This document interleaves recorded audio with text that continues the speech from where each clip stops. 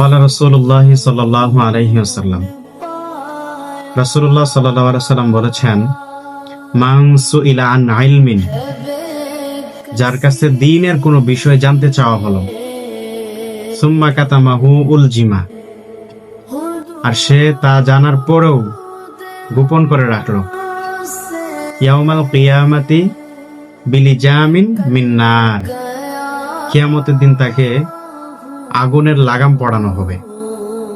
এজন্য সম্মানিত দ্বীনী ভাইদের উদ্দেশ্যে আমার একটি কথা থাকবে, আমরা যে যতটুকু দ্বীনী ইলম অর্জন করছি, আলহামদুলিল্লাহ, আল্লাহ তাআলা যেন আমাদেরকে এতটুকু দ্বীনী ইলমকে ধরে রাখার তৌফিক দান করেন।